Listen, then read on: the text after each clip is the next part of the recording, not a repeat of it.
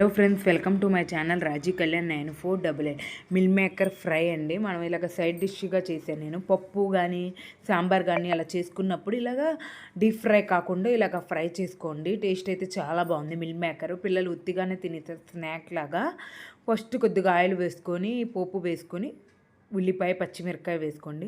Meal maker ఏంటంటే మనం 1 hour ముందే హాట్ వాటర్లో నానబెట్టుకున్నామంటే ఆ తర్వాత మనం ఇలా గట్టిగా వాటర్ అంతా పిండేసి పక్కన పెట్టుకోండి. ఈ ఉల్లిపాయ ఫ్రై అయిన తర్వాత దాంట్లో వేసేసుకొని ఉప్పు, కారం, పసుపు, ఇంకేమైనా గరం మసాలా కానీ ధనియాల పౌడర్ కానీ ఉంటే వేసుకొని బాగా ఫ్రై అవనివ్వండి.